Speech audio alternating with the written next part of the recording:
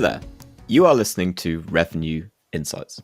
Today, my guest is Adrian Davis, President and CEO of Whetstone. Adrian has worked as a trusted advisor with 3M, John Deere, Merck, Johnson & Johnson, Suez Water, and plenty of other leading brands. Adrian, it's a pleasure to chat. It's a pleasure to be here. Thanks for having me. No problem. I will start where I always love to start. Can you tell us a little more about your story and how you got to where you are today? All right. Well, so I'll give you the brief version since we don't have all Please. day. But just to be very transparent, I had a troubled childhood, particularly I shouldn't say childhood, teenagehood, and basically ended up dropping out of school and going nowhere.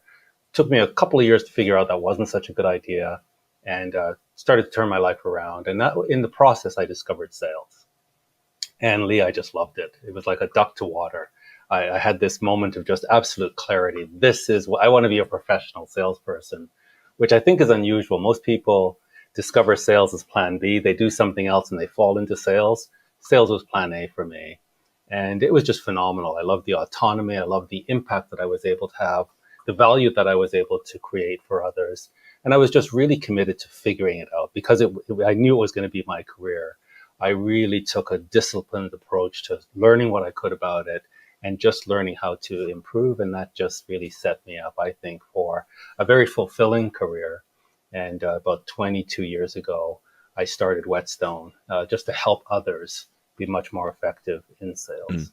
And can you shed a little bit more on the work that you've done with Whetstone? I know I mentioned some of the kind of clients that you've worked with, but just for kind of context for everyone listening in terms of how you help businesses to be more effective. Yes. Yeah, very, very good. Our focus is really on strategic selling and strategic account management. So it has to do with companies wanting to acquire more strategic customers that are really going to help them grow, not just profitably, but strategically, acquiring more of those. But also once you have them, how to actually identify who truly is a strategic customer and put in place processes and approaches to build a mutually profitable relationship with these most important customers. We've started to get a good picture of your experience there. And I perhaps then want to start with, particularly over the past 12 months or so, in your experience, what would you say the landscape is currently like for revenue teams? And I ask that through the lens of clients that you work with. How would you comment on kind of the state of play for them at the moment, given the current market? I think it's a fantastic question, Lee. So we've come through the pandemic, and I think everybody got a jolt going through that. Doesn't matter, even if you did extremely well, and many of my clients did extremely well through that, it really changed the dynamic of how we engage customers. And so there's a lot of chaos and turmoil coming through that. I think we're on the other side of it. But the chaos and the turmoil for our customers and our customers' customers hasn't disappeared. There's always something. And I think those companies that have business empathy, that they're able to get out of their own head and focus on their customers and the emerging challenges that their customers are facing, and to be able to spot emerging opportunities with these customers and align with those.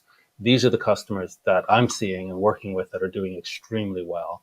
And they're excited by, I won't say excited by the turmoil, but excited by the new opportunities that they're able to spot and work on with their customers. In a nutshell, I would say there's a lot more instability in the marketplace than there used to be. And that spells opportunity for those who are able to empathize with their customers and work with them in navigating this instability. I do want to touch on the opportunities, but first, I actually just want to highlight, when you talk about instability, in your experience, what are the challenges that teams are facing at the minute? So on a couple of fronts here. One is just externally with the customer, that many sales teams, sales professionals are showing up business as usual when it's business as unusual. It's not business as usual. And so I think just getting sales teams to sort of, let's get rid of the canned pitch and let's go in and do a better job of discovery. Even if it's a customer that we've had for 10 years, we can't take anything for granted anymore. Let's make sure we're going in and doing a proper assessment, a proper job of discovery to truly understand what is the landscape right now and to identify where the real opportunities are. So that's on the external side. On the internal side, I think there are, especially with larger companies, there's a lot of challenge around alignment. So how do we make sure that as a multifunctional team, that we're able to come together around a singular strategic purpose to really drive meaningful outcomes for our customer and not be caught up in the weeds and caught up in internal conflict to the detriment of the customer. So I think that's, let's not take our customers for granted. And then when we truly understand what's important for the customer and what the customer needs to be working on, let's get our house in order so that we really are focusing on delivering customer outcomes.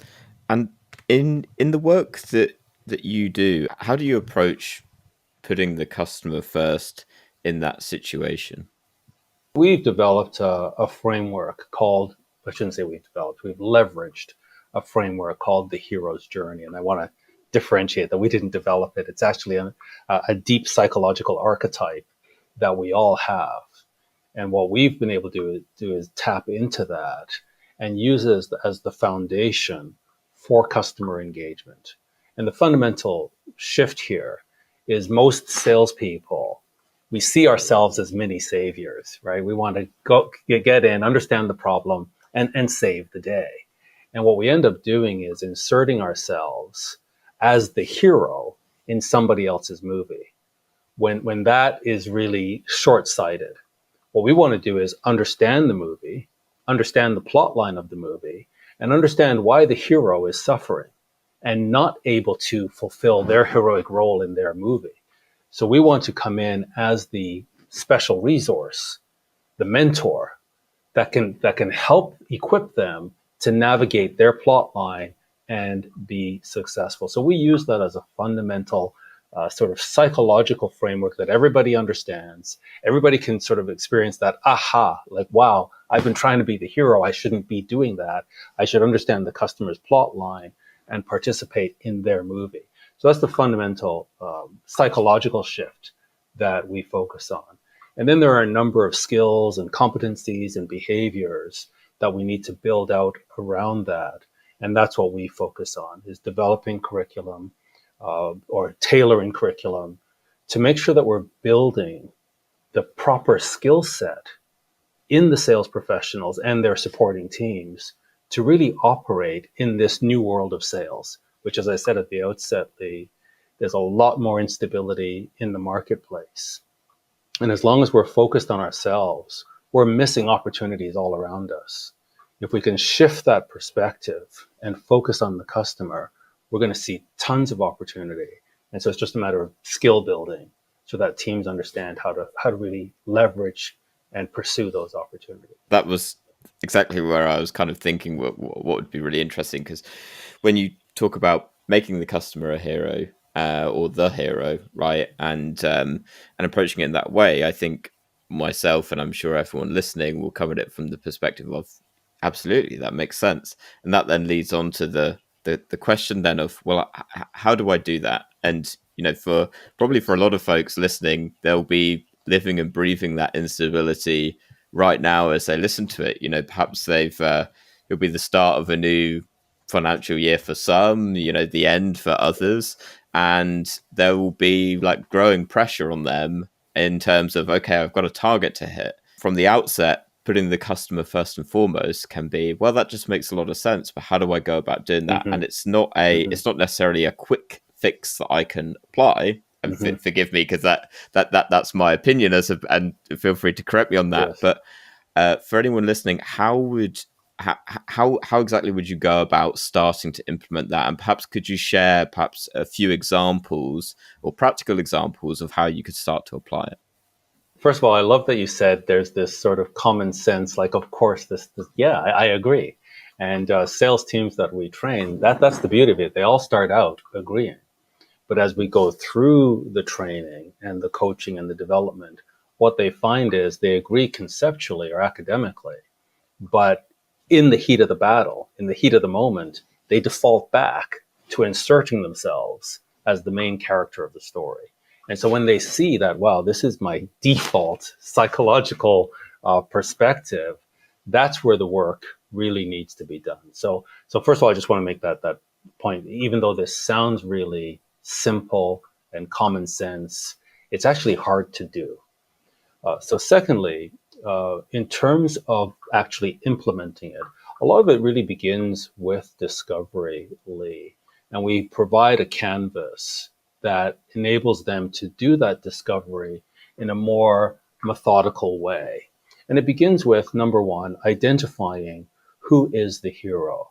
Now, the level of sales that we tend to work with are complex, high-stakes sales. So these are significant sized deals with multiple stakeholders. And the truth of the matter is everybody's a hero in their own movie. But from an enterprise selling perspective, we need to know who is the main character. And we really need to identify that. Typically, if it's a very technical sale, technical people like to talk to technical people. And so they have a lot of traction and momentum with a stakeholder or a few stakeholders. But when we really do the analysis, those stakeholders are not the real decision makers. And so we need them to step back and do a very competent and clear assessment of who is the hero. And we tend to focus on what we call the economic stakeholder. And we focus on the economic stakeholder for two reasons. Number one, obviously, is they drive the budget. They have control of the budget. So we're looking for somebody who was not anticipating to spend money on your solution. But now that you're in front of them with a solution, they've got to find that money. And usually it's a significant amount of money. So who has the authority to move money around? What we don't want to hear is, oh, we can't fit this into our budget. If somebody says that, we're not talking to the right person. So we want to make sure we're talking to somebody who says like, wow, we were not anticipating to spend this money, but I will find the money. So who has control over budget, can move money around? Second attribute of the real hero of the story is the reason they have control over budget and other resources is because the organization has entrusted them with strategic goals. They are on the hook to deliver strategic goals to the organization. And so this is what we're looking for in terms of who is the hero. They have strategic objectives that they are on the hook to deliver. And because of that, they have control over financial and other resources. That's the main character. So the first part of discovery is finding out who they really are and then understanding what their strategic goals are. And there's a whole level of training around just understanding the power of goals, strategic, professional, as well as personal goals, and the emotional impact and emotional intelligence surrounding that. So that's really step one. From there, the next thing, and this is a real eye-opener for salespeople, the next thing they must understand is not the pains that they're going to go in and solve. And that's usually the default mode of the salesperson. Go in and find pain, right? What keeps you up at night? That's not where to start. If you want to make big strategic sales at good margin, the next thing you need to find in terms of understanding the plot line of the hero's journey is what are the external forces or pressures or what we call villains. Who are the villains or what are the villains in the plot line? And villains have two characteristics. Number one, they are antagonistic to the hero or the protagonist's goals. Whatever those strategic goals are, the first attribute of a villain is they're going to put those goals in jeopardy. And that's really critical. The second attribute of villains is they are completely outside of the control of the hero. There's nothing the hero can do to manage these external forces. They're just closing in. And what that does, it doesn't matter how competent or powerful the hero is, they are vulnerable in the face of these external threats. And that is a real critical understanding for the sales professional to have, to be able to book appointments based on their understanding of these villains, and to be able to contextualize the hero's situation with these forces that are closing in, and the sense that the hero has no control over them. This completely changes the dynamic of the conversation. The next piece in the discovery is what we call the hero's flaw, or what the typical salespeople would say, the pains. But in particular, what we're looking for here are those things that will cause the hero to fail in the achievement of their strategic goal if they are not addressed. And these are things that the hero actually does have control over. They typically manifest themselves in terms of processes or workflow and or infrastructure. But they are underpinned by a set of beliefs that we call the status quo. And that is the salesperson's biggest competitor, the status quo. And in the old saying that people will not change unless the pain of staying the same is greater than the pain of change. And so there's a lot of work that has to be done here to ensure that the status quo is actually painful or even devastating, catastrophic, and that the hero is highly motivated to move the organization out of the status quo. The next piece then is understanding what is your particular solution. We call this the special resource. And how can you differentiate it? How can you make it unique? How do you make it compelling in order to bring the hero out of what's called the pit of despair, which is the suffering, the consequences of inaction, and bring them into the new world where they are successful, they've managed to transform their organization to perform at a higher level. So this is the sort of the high level or very summarized plot line, but getting sales professionals and sales teams to think like this, to understand the story, and then to be able to story tell. So that's sort of story listening, but also storytelling. And it's just such a powerful way to galvanize a team, to unify a team, to rid the team of internal dysfunction, but also to have real strategic impact on your customer. Beautifully, I would say summarized, but I feel like I've got a really good sense actually of how you approach that. And I was taking note of a few different things as you talked that like kind of that I would like to dig into a bit more. The first was you talked about identifying the economic stakeholder. I was actually just curious how you go about identifying who that stakeholder is. Is that through, for example, is that going through like all of their calls to go and understand it? I come at it from a data perspective, so I'd be looking at it that, the correlation of stakeholders to win rates, for example. But I'd very curious to know in your approach how you identify who that stakeholder is. Yeah, it's a great question. If it's a large organization, a publicly traded organization, then they're pretty easy to identify. And it also depends on what you're selling, but they're pretty easy to identify in terms of a public corporation. If it's private, it's a little bit more difficult. Again, it depends on what you're selling. So let's say for my solution, it might not be the CEO of a multi-billion-dollar corporation. I may never get an audience with the chief executive of a multi-billion-dollar corporation. Maybe it's another C-level executive. Maybe it's a D-level executive. Maybe it's a plant manager. So you've got to understand what is it you are selling, what's the value of your solution, and who is the appropriate level executive or manager that can authorize that type of funding. So that's number one. Like, we need to be realistic. No point me trying to chase the chief executive for a $500,000 project when that is just petty cash to them. Whereas somebody who maybe is responsible for a division, that they have the funding for that. So what are you selling? What's the value of what you're selling? What's the nature of what you're selling? And who is the appropriate manager or executive to approve that? If it is not clear, immediately visible, if the economic buyer is not immediately visible, we need to start with what I call the inside outsider. The inside outsider is a special stakeholder in that they're inside the organization, but they've broken out of the status quo. They tend to see ahead of others in the organization the danger of the status quo. And they see that unless the organization changes, the organization is going to get in trouble. And typically, they're experiencing the pain of the external forces before others. So where does pain, for the problem you're trying to solve, who is likely to experience that pain first and foremost? And you want to go to them, and you want to basically empathize with them and get them to see that, one, you understand the pain that they're facing and the future implications of this pain. And two, you really are the best resource to enable the organization to emerge from this pain or to avoid this pain.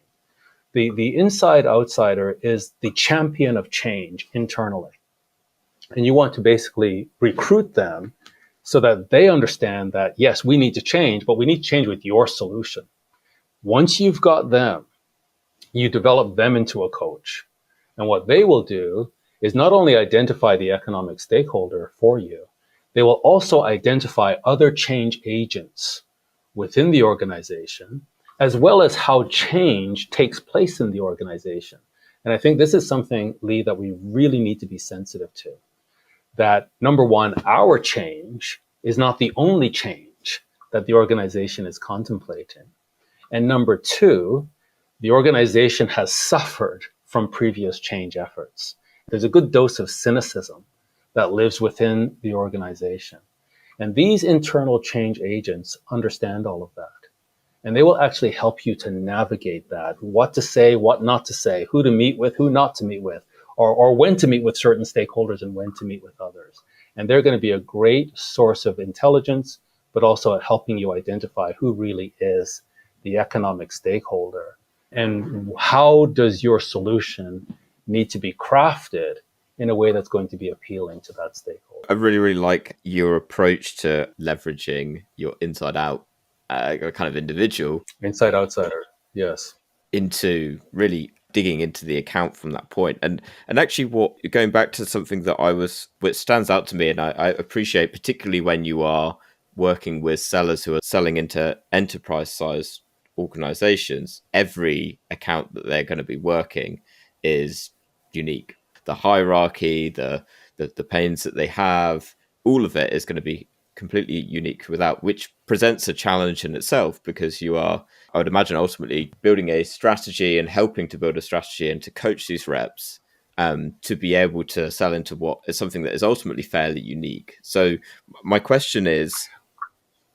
sorry, if you could just hold the question. Don't forget the question, because I just really want to jump in. Please do. And say this. Although each account is unique, professional sellers don't see it that way. They'll walk into an account, a fairly complex account, and the moment the stakeholder starts to articulate the symptoms that they're facing, there's this sort of pattern recognition that takes place within the sales professional, who immediately sees and understands really the problem, because it's the first time that this organization is facing it. It's the umpteenth time that the sales professional has seen it and solved it. So they hardly articulate their challenge, and the salesperson is rushing to solution to say, well, here's how we can solve this. So it's not unique in the sense that at a fundamental level, these are the problems that we solve. And we've seen them, we've been around the block 1,000 times, we've seen this 1,000 times, we recognize the pattern, and we can therefore go straight to the solution, which we want to do as saviors and to make people feel good, when really, to your point, Lee, the uniqueness is not so much in the problem, but in the complexities of the organization. And we're going to win the confidence of the inside outsider if we can demonstrate our sensitivity to these nuances.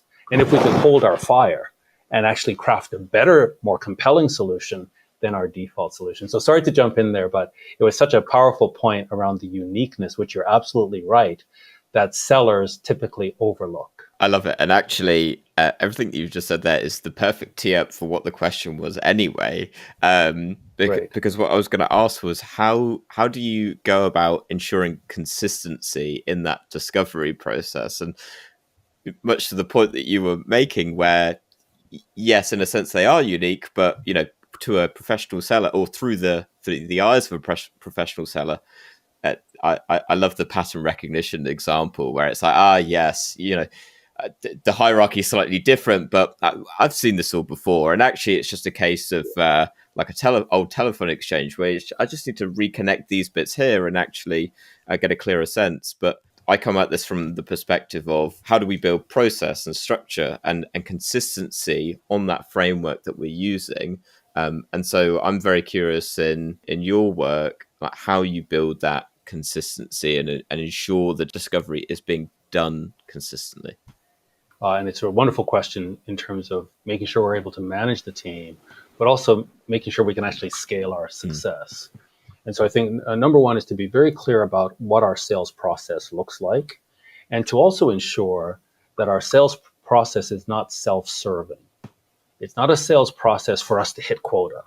It's not a sales process for us to hit our revenue targets. The sales process actually exists in order to facilitate the buying process. So it really begins with understanding for our target market, what does the buying process look like? Who's typically involved at what stages or phases of the buying process? What are the objectives of the buying process?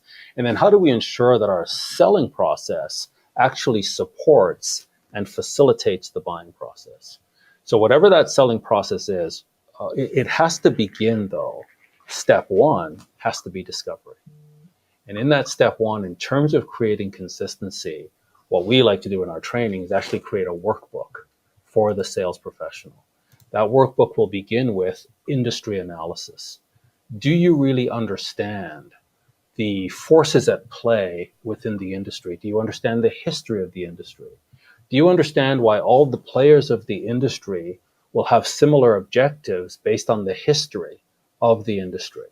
And do you understand how the industry is changing? So getting them to really be competent at the industry analysis and to show up with a point of view about the future of the industry that is going to be challenging and enlightening to the stakeholder they're meeting with. So that's job one in the discovery process. From there, we then need them to do an account analysis. So now I understand the industry. Let me make sure I understand this account first with secondary research, as much as I can gather without actually meeting with the stakeholders or from previous meetings with the stakeholders, to set me up now to have the in-person part of the discovery, where now there are specific things that I can only learn through conversation.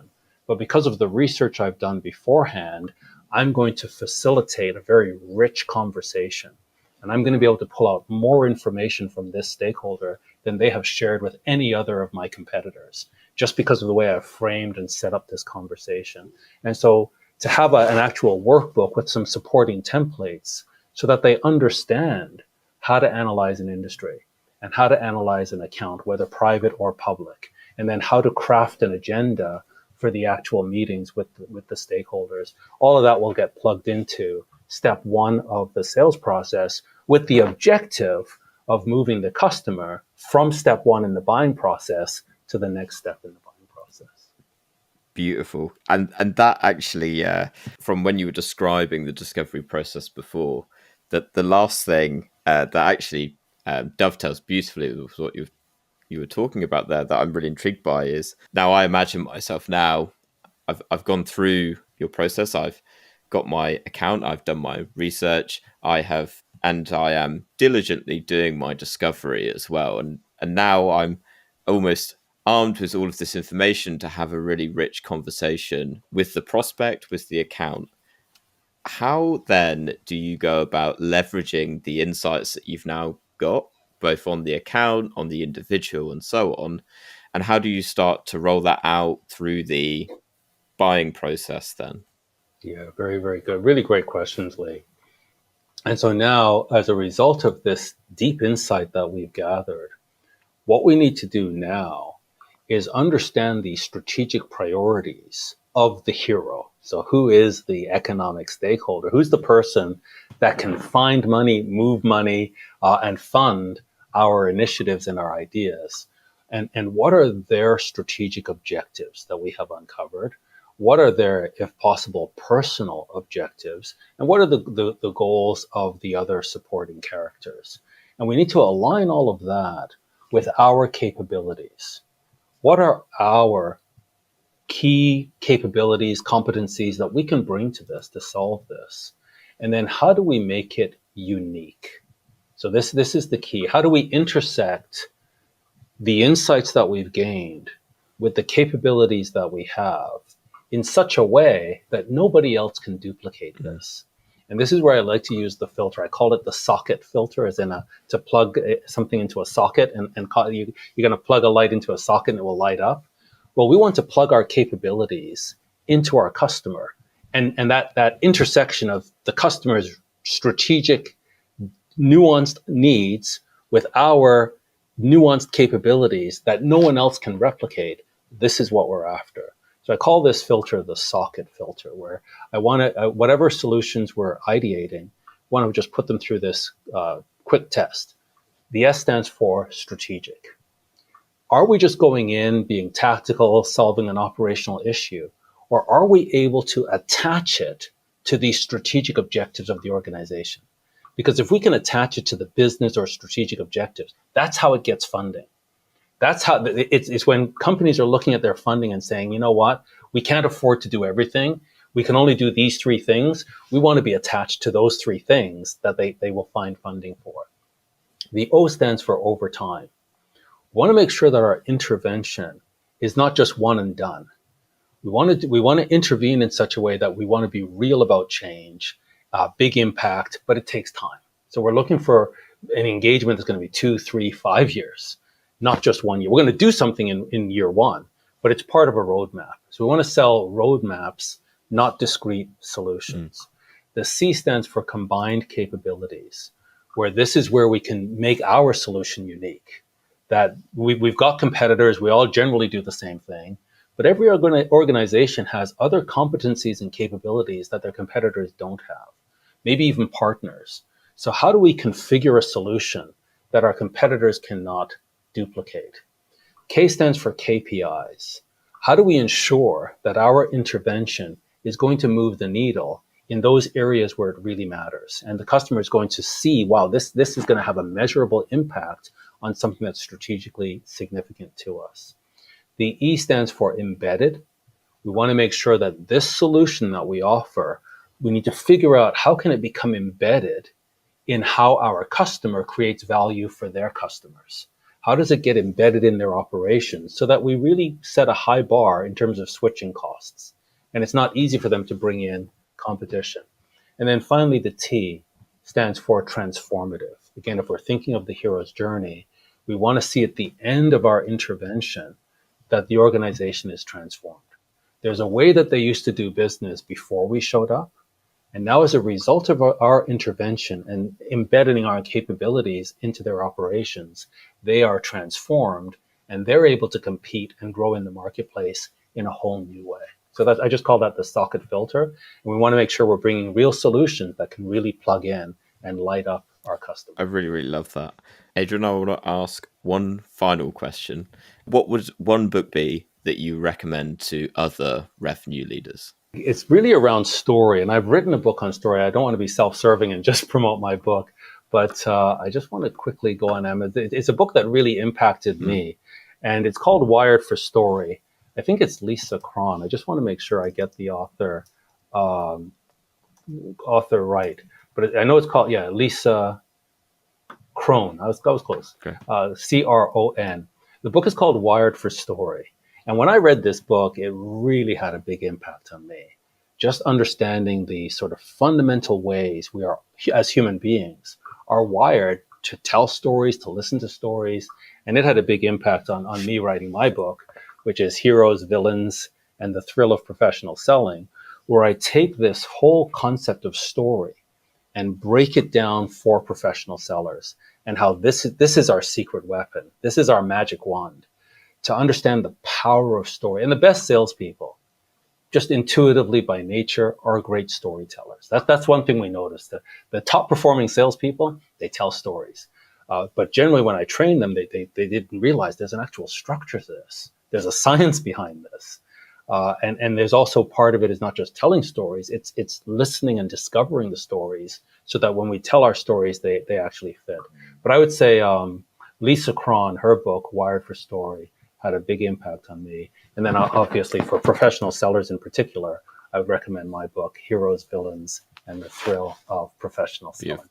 And it goes into all these things that we've been talking in more detail. I'll make sure that we include a couple of links down to those down below.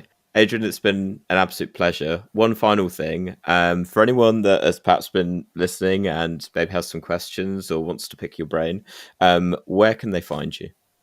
Best thing would be just go to my website, adriandavis.com, ADRIANDAVIS.com, and there's a contact us form right there. Awesome. I'll make sure that we include that in the links with the show notes. All right.